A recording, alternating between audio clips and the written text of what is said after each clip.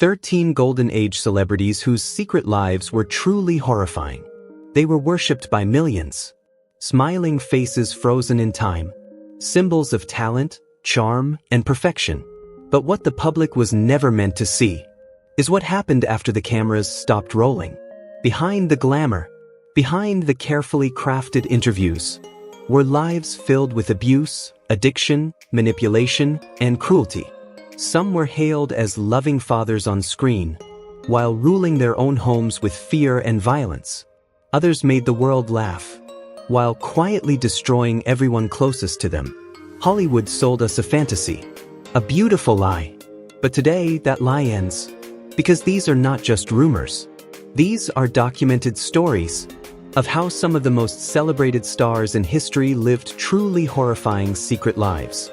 This will change the way you see Hollywood forever. Bing Crosby, America's favorite voice, his children's worst nightmare. Every December his voice returns. So comforting. A voice that promised peace, snow-covered dreams, and family togetherness. To America, Bing Crosby was the sound of Christmas itself. The ultimate symbol of kindness, tradition, and wholesome masculinity. But inside his own home, Christmas never felt safe. Behind the iron gates of the Crosby estate lived a man his children barely recognized. Not as a father, but as an authority figure. A ruler.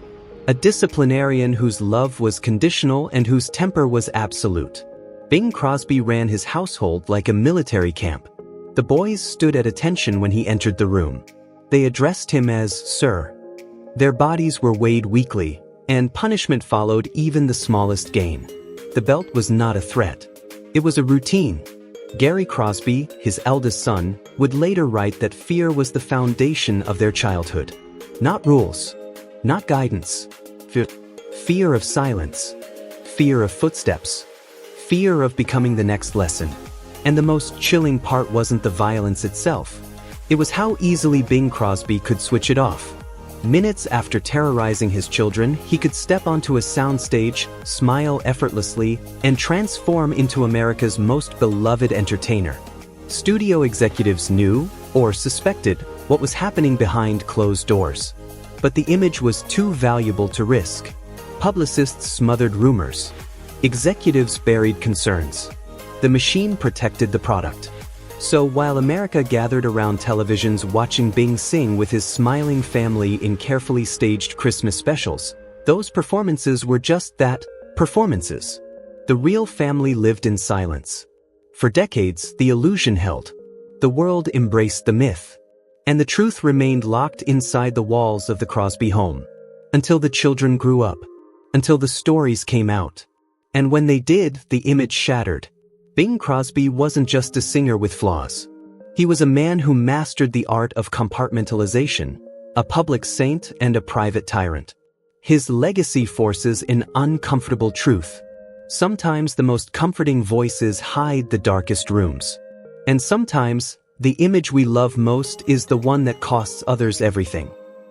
Charlie Chaplin, the man who made the world laugh while exploiting youth. Charlie Chaplin built his legacy on innocence. The Little Tramp, a childlike soul with oversized shoes, a crooked cane, and eyes full of wonder. He represented vulnerability, kindness, a gentle spirit lost in a cruel world. Audiences believed the man behind the character was just as pure. They were wrong. Off-screen, Chaplin's world revolved around control, and his attention was drawn, again and again, to girls barely out of childhood. His pattern was unmistakable. He didn't fall in love with equals. He selected youth. Chaplin's first wife was 16. His second was even younger when the relationship began. These weren't coincidences, they were access. As one of the most powerful figures in early Hollywood, Chaplin could offer fame, protection, and opportunity to starry-eyed teenagers desperate to escape obscurity. And he knew it. Power tilted every interaction in his favor. Refusal came with consequences. When his marriage to Lita Gray collapsed, the truth spilled into courtrooms. Her testimony described demands that shocked even the 1920s: sexual coercion, emotional intimidation, and threats to destroy her career if she disobeyed. The studio moved fast. Settlements were paid. Records were softened. Parents were silenced. Executives justified it all as the price of keeping a genius productive. Chaplin wasn't just protected, he was enabled. But scandal has a way of accumulating. Affairs continued. A public paternity trial followed. Even when science suggested innocence, the damage to Chaplin's reputation was irreversible. The man who once embodied purity became a lightning rod for moral outrage. Yet the films endured. Audiences continued to laugh. Historians continued to praise his genius. And the uncomfortable truth remained buried beneath admiration. Charlie Chaplin revolutionized cinema, but he also exploited the imbalance between power and youth for decades. His story leaves us with a disturbing question. Can we celebrate art without confronting the harm of its creator? Because sometimes, the man who plays innocence most convincingly is the one who understands exactly how to destroy it. Marlon Brando, a genius on screen, a catastrophe at home. Marlon Brando changed acting forever. He brought vulnerability to masculinity, silence to emotion, pain to power. On screen, Brando felt everything: rage, love, longing, regret. His performances were so raw they felt almost dangerous, as if the camera had captured something real that wasn't meant to be seen. But off-screen, the man who understood emotion better than anyone could not manage responsibility. Brando was never truly present. He fathered at least 11 children across multiple relationships, but presence was optional. Structure was non-existent. Boundaries were never enforced. Wealth replaced guidance. Fame replaced parenting. His children grew up surrounded by excess, but emotionally abandoned. And abandonment doesn't disappear. It metastasizes. By 1990, the consequences arrived in the most violent form imaginable. Brando's son, Christian, shot and killed the boyfriend of his half-sister, Cheyenne, inside the family home. What should have been a place of safety had become the stage for tragedy. Christian went to prison. Cheyenne, already fragile, collapsed under the weight of guilt, trauma, and instability. She was unable to testify. She spiraled into mental illness. And 5 years later, she ended her life by suicide. She was 25. The family was shattered. Friends watched Brando crumble, not just from grief, but from recognition. This wasn't bad luck. This wasn't fate. This was the result of years of neglect disguised as freedom. Brando gave his children everything except what they needed most: protection, consistency, and accountability. The irony is brutal. The man who could embody father figures on screen, men of authority, wisdom, and presence, failed entirely when it mattered most. Late in life, Brando admitted the truth. "I think I failed as a father." It was a rare moment of clarity. And it came too late. His story delivers a painful reminder. Talent does not excuse absence. Sensitivity does not replace responsibility. And emotional brilliance means nothing if it never leaves the screen. Because the cost of neglect is always paid by those who never chose it. Judy Garland manufactured magic, destroyed childhood. The world met Judy Garland as a dream. A young girl in pigtails, singing about hope, innocence, and a place where troubles melt away. Her voice carried comfort. Her smile promised safety. But Judy Garland never lived in that world. By the time America fell in love with her, Judy was already trapped inside a system that treated children as products, and perfection as an obligation. She was 13 when it started. Studio doctors gave her pills to stay thin, pills to stay awake, pills to sleep, amphetamines by day, barbiturates by night. This wasn't medical care. It was industrial control. Executives at MGM monitored her weight obsessively. Memos reduced her to measurements. Normal adolescence was labeled a problem to be corrected. When exhaustion appeared, chemicals replaced rest. When hunger appeared, chemicals erased it. Judy learned early that her body did not belong to her. By 16, she was a star. By 18, she was an addict. On screen, she performed with flawless precision. Off screen, she unraveled. Panic attacks, emotional breakdowns, hospitalizations, suicide attempts. Every cry for help was treated as a scheduling inconvenience. The studio didn't ask why she was falling apart. They asked how fast she could get back on set. As Judy aged out of the innocent roles that once protected her, the machine moved on. But the addiction it created stayed. It followed her through failed marriages, financial instability, and brief moments of recovery that never lasted long enough. When Judy Garland died in 1969, the official cause was listed as an accidental overdose. But there was nothing accidental about it. Her death was the final chapter of a story written years earlier, when executives decided that chemistry was cheaper than compassion, and a child's well-being was expendable in the pursuit of profit. Judy Garland didn't lose her life to addiction. She was trained into it. And her story leaves us with a haunting truth. When an industry manufactures magic, it often does so by destroying the people who create it. Rock Hudson, the perfect leading man who was never allowed to be himself. For a generation of Americans, Rock Hudson was the ideal man. Tall, handsome, confident, the kind of face studios built careers around and audiences trusted without question. On screen, he embodied romance, the safe, masculine fantasy every studio wanted to sell. Off-screen, he lived in constant fear of being exposed. Because Rock Hudson's entire career was built on a lie he didn't choose. In 1950s Hollywood, being gay wasn't just scandalous, it was career-ending. Contracts were torn up. Names were erased. Lives were ruined. Hudson understood the stakes the moment he signed his first major studio deal. From that day forward, his life was divided into two parts. The public Rock Hudson dated actresses, smiled for cameras, appeared in carefully staged photographs that reinforced the illusion of heterosexual normalcy. The real Rock Hudson existed only in shadows, within a tightly controlled inner circle where silence was survival. Studios didn't just encourage the lie, they engineered it. When rumors grew louder, executives arranged a marriage of convenience. A woman was pulled into a performance she didn't fully understand, and Hudson played his role flawlessly. 3 years later, the marriage collapsed, but the secret remained intact. Living this way demanded constant vigilance. Every phone call carried risk. Every friendship required calculation. Even private spaces felt unsafe. Rock Hudson was never off duty. What makes his story tragic isn't deception, it's deprivation. He wasn't hiding out of vanity or manipulation. He was hiding because authenticity would have destroyed everything he'd built.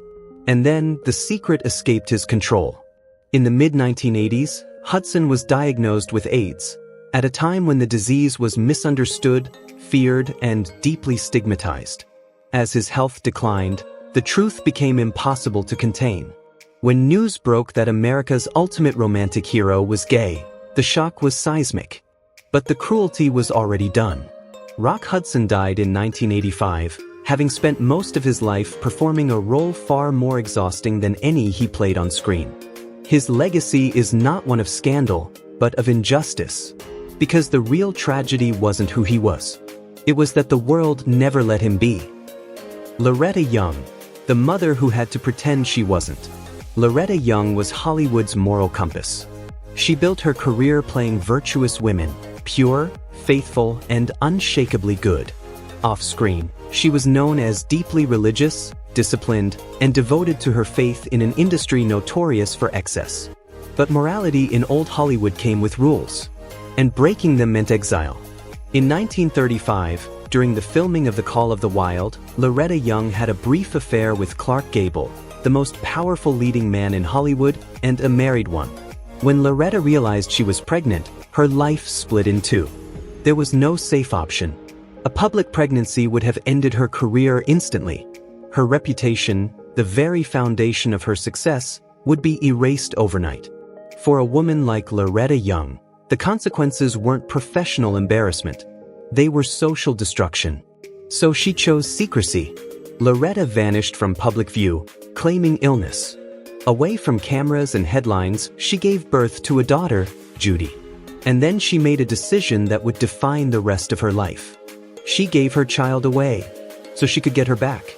19 months later, in a meticulously planned charade involving family members and a Catholic orphanage, Loretta Young officially adopted her own biological daughter. From that moment on, truth became dangerous. Loretta lived in constant fear of discovery, watching for resemblance, listening for whispers, monitoring every glance. When Judy's ears began to resemble Clark Gable's, Loretta arranged cosmetic surgery while the child was still young. The lie had to hold. Judy grew up calling her mother Mama, never knowing why their bond felt different. Close, yet distant, loving yet restrained. Loretta wasn't just hiding the truth from the public. She was hiding it from her own child. For 31 years, the secret remained buried. Until Judy, hearing rumors, confronted her mother directly. Only then did Loretta admit the truth. But she never acknowledged it publicly. Even in death, Loretta Young protected the illusion. Her story is not one of scandal, but of survival. A woman forced to choose between motherhood and identity, between honesty and existence. And it leaves us with a haunting reminder. In a world that punishes women for their humanity, even love can become a secret too dangerous to tell. Errol Flynn, the swashbuckling hero who lived without limits. On screen, Errol Flynn was invincible. He leapt across ships, swung from ropes, and fought for justice with a grin that defined Hollywood heroism. He wasn't just an action star, he was the fantasy of fearless masculinity itself. Off-screen, Errol Flynn lived as if consequences were optional. Fame came fast, and with it came indulgence. Alcohol flowed freely. Parties never ended. And Flynn developed a reputation that moved quietly through Hollywood long before the public ever heard it. He liked them young. The phrase, "in like Flynn," became shorthand for his charm, but among studio insiders, it carried a darker meaning. Flynn didn't just charm his way into rooms. He talked his way past boundaries. In 1942, the rumors exploded into public scandal. Flynn was charged with statutory rape involving 2 teenage girls. The trial dominated headlines, and the studio machine went to work immediately. Publicists reframed the narrative. Lawyers attacked the credibility of the girls. Hollywood closed ranks. Flynn was acquitted, but the acquittal didn't erase what many already knew. Inside the industry, his behavior wasn't viewed as an anomaly. It was tolerated, enabled, rationalized as the cost of doing business with a star. The trial marked the beginning of his unraveling. Flynn leaned harder into excess. Drinking binges lasted days. Violence followed intoxication. His yacht, ominously named the Sarko, became a floating symbol of decline, a place where fame, substances, and vulnerable young women collided without supervision. Physically, Flynn deteriorated at shocking speed. By his 40s, the once athletic star was bloated, ill, and barely recognizable. Doctors would later say his body resembled that of an elderly man decades older. The hero had outrun his own legend. When Errol Flynn died at 50, he was broke, sick, and alone. His swashbuckling image intact only in the films that survived him. His story forces a hard truth. When charm is mistaken for innocence, predators thrive. And when an industry protects profit over people, it creates monsters it pretends not to see. Errol Flynn didn't just fall from grace. He was never playing by the rules to begin with. Mary Astor, the diary that turned a woman into a scandal. Mary Astor was Hollywood elegance personified. Intelligent, refined, composed. On screen, she played women who were sharp but respectable, desirable, yet morally intact. Studios carefully crafted her image as the thinking man's leading lady. Then, one private object destroyed everything. In 1936, during a brutal custody battle with her ex-husband, a weapon surfaced. Not a gun, not money, but a diary. Mary Astor's diary. Written in purple ink. Never meant to be read by anyone but herself. Its contents were explosive. Page after page detailed her sexual relationships with powerful, married men. Not romantic poetry, explicit descriptions. Ratings. Observations. A woman unapologetically recording her own desire in an era that refused to believe women could possess it. When word of the diary leaked, Hollywood froze. Newspapers erupted. Headlines screamed. Rumors spread faster than facts. The scandal was the 1930s equivalent of a sex tape, except Mary never consented to its exposure. The diary was deemed inadmissible in court.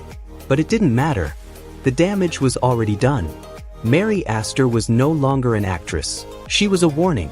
Studios panicked. Executives debated erasing her from films mid-production. Her carefully cultivated image collapsed overnight, replaced by a single narrative, fallen woman. What made the scandal so lethal wasn't sex. It was agency. Male stars bragged openly about their affairs and were rewarded with admiration. Mary Astor wrote privately about hers and nearly lost everything. Her salvation came from one man who refused to abandon her, director William Wyler. He kept her in Dodsworth, betting that talent could outlast outrage. He was right. Mary survived, but only under probation. One mistake, one rumor, one raised eyebrow, and her career would be over for good. The diary was ordered destroyed, though whispers of surviving copies lingered for decades. Mary Astor would later insist the most lurid quotes were exaggerated or fabricated. But truth became irrelevant. Her story exposes a brutal reality of old Hollywood. Privacy was a privilege women weren't allowed to have. Sexual freedom was punished when it wasn't controlled by men. Mary Astor didn't become a scandal because she crossed a line. She became one because she wrote honestly in a world that demanded silence. Jerry Lewis, America's favorite clown, his family's silent enemy. For decades, Jerry Lewis was America's clown. He tripped, shouted, and twisted his face into laughter, a man whose entire career revolved around making people feel joy. Later, he became something even bigger, a symbol of compassion. A tireless fundraiser who raised billions for sick children on live television. To the public, Jerry Lewis loved kids. To his own children, he was a stranger. At home, the laughter stopped. Behind closed doors lived a man obsessed with control, status, and authority. Jerry Lewis demanded respect, not connection. His sons didn't call him Dad. They called him Sir. Rules governed everything: how to sit, how to eat, when to speak. Affection was rare. Praise was non-existent. Punishment was swift and humiliating. His children grew up watching their father cry on camera for children he had never met, while offering nothing to the ones who shared his last name. The most painful irony was still to come. In the early 1960s, Jerry Lewis allegedly fathered a daughter during an affair. Her name was Susan. She grew up without wealth, without protection, and without acknowledgement, watching from a distance as her biological father raised billions for other children's futures. When Susan reached out as an adult, hoping for recognition, she was rejected. No meeting, no relationship, no apology, just silence. The hardest part, she would later say, was watching him be celebrated for loving children, while pretending I didn't exist. Jerry Lewis carried his grudges to the grave. When he died in 2017, his will delivered one final blow. All 6 sons from his first marriage were disinherited. His fortune went to his second wife and their adopted daughter. No reconciliation, no forgiveness, no closure. Jerry Lewis didn't lack the ability to love. He chose where to direct it and where not to. His story leaves behind an uncomfortable truth. Public generosity can coexist with private cruelty. Charity can become a performance. And sometimes, the loudest compassion masks the deepest emotional neglect. Because the children who needed Jerry Lewis most were the ones the world never saw. Gene Tierney, one stranger, one moment, one life destroyed. Gene Tierney looked untouchable. Her beauty felt unreal, sharp features, calm elegance, a presence so refined it seemed designed for the silver screen. In the 1940s, she wasn't just a star. She was perfection made visible. And then, one ordinary night shattered everything. In 1943, Gene Tierney was pregnant with her first child. Doctors warned her to avoid crowds. A rubella outbreak was spreading, and infection during pregnancy could be catastrophic. She went anyway. At the Hollywood canteen, stars entertained soldiers returning from war. Gene smiled, signed autographs, posed for photos. Among the admirers that night was a woman who said nothing unusual, nothing alarming, just another fan. Months later, Jean gave birth to a daughter, blind, deaf, and severely disabled. Doctors told her the cause was congenital rubella. Jean was confused. She couldn't remember being sick. Years passed before the truth found her. At another public event, a woman approached Jean and reminded her of their meeting years earlier. Then she added a detail that froze Jean in place. She had been sick with rubella that night. She knew she was contagious. But she wanted to meet Jean Tierney so badly, she came anyway. The realization hit like a physical blow. One selfish decision by a stranger had rewritten her daughter's entire existence, and Jean's own future with it. Jean said nothing. She turned away. But inside, something fractured beyond repair. Raising a child with profound disabilities in an era with little understanding or support took a brutal toll. Guilt, grief, rage with nowhere to go. The knowledge that it could have been prevented gnawed at her relentlessly. Jean Tierney began to unravel. Severe depression followed. Then paranoia. Then hospitalizations.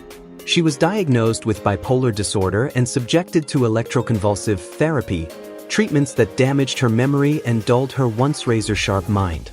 At the height of her beauty, Jean disappeared. Her career never fully recovered. Her daughter spent most of her life in specialized care facilities. Jean rarely spoke publicly about her, not out of shame, but because the pain was too immense to revisit. Jean Tierney's story isn't about scandal. It's about randomness. About how a single moment, a single choice by someone who didn't think twice, can permanently destroy lives. And it leaves behind a devastating truth. Fame doesn't protect you from tragedy. Beauty doesn't bargain with fate.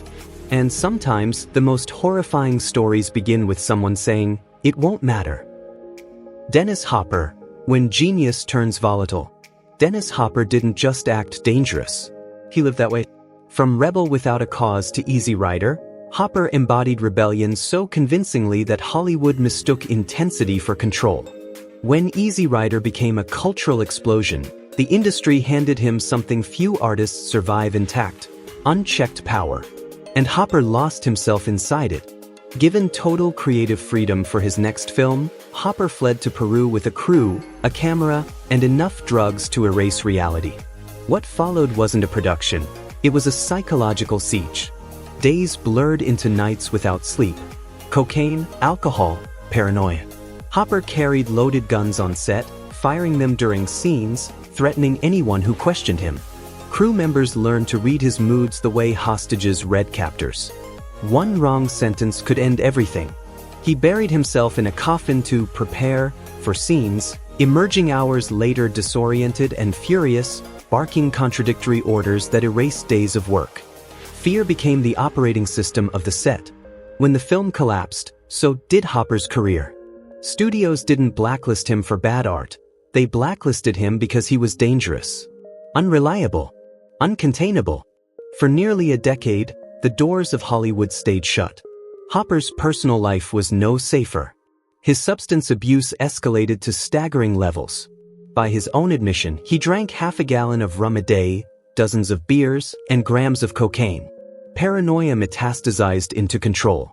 During one brief marriage, he reportedly handcuffed his wife to keep her from leaving, convinced she was part of a conspiracy against him. Everyone around Hopper walked on glass. Then, unexpectedly, he stopped. In 1983, Hopper entered rehabilitation. Sobriety didn't erase the damage, but it slowed the explosion. His career returned, Blue Velvet, Speed, and the world welcomed him back, impressed by the comeback. But those who were there before never forgot. Even clean, there was caution in every room he entered. A collective memory of what he had been capable of when unleashed. Dennis Hopper's story isn't about drugs alone. It's about what happens when talent is mistaken for permission, when genius is excused instead of contained, and when no one steps in before volatility becomes terror. Because not all destruction is loud. Sometimes, it's the fear people carry long after the danger is gone. Ben Stiller, the nice guy everyone was afraid of. Ben Stiller built a career on humiliation. Not cruelty, At least not on screen. His characters were awkward, insecure, forever one step behind the world. The joke was always on him. Audiences related to that vulnerability. It made him feel safe, human, harmless. Behind the camera, that image collapsed. For crew members, working under Ben Stiller wasn't collaborative, it was survival. Sets were quiet, tense, hyper-controlled. People learned quickly that silence was safer than enthusiasm. Stiller's perfectionism wasn't about excellence.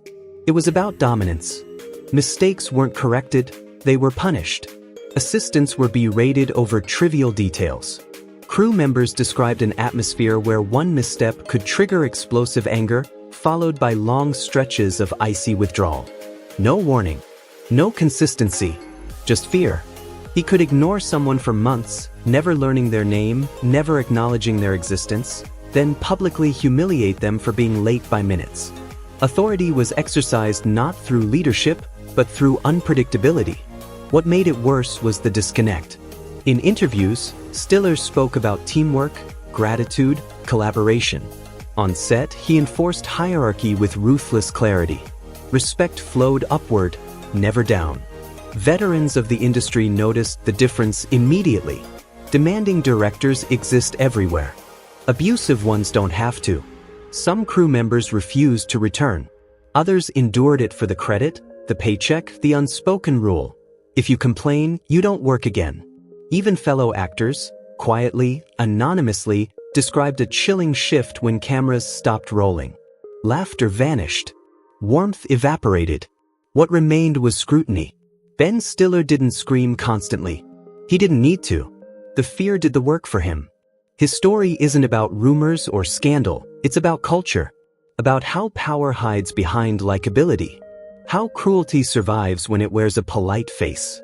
Because sometimes the most frightening authority doesn't come from monsters.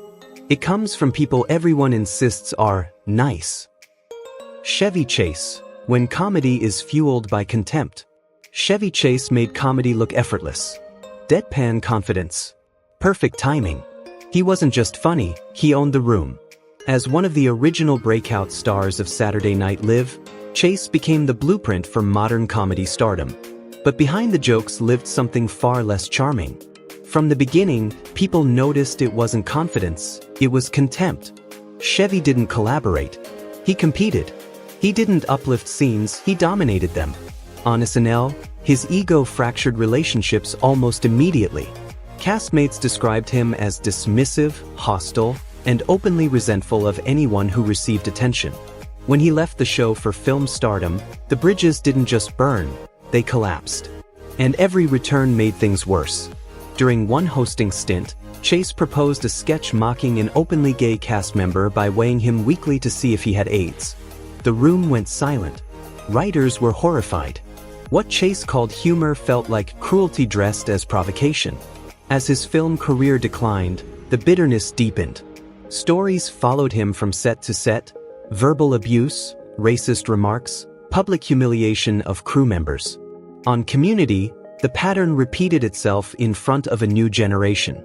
Conflicts with the show's creator became public. Cast members spoke openly about the toxicity.